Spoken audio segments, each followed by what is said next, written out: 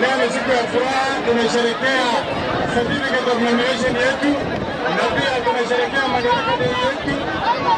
Tulivu, tukae kwa amani, tupige kura yenu kwa amani. Mwezi wa Ramadhani, kampeni hatutaki fujo, hatutaki watu kusumbuana, hatutaki watu walete shida.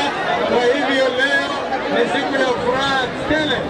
Wananchi wenzangu, lazima tufanye mpango wa amani katika kaunti hii.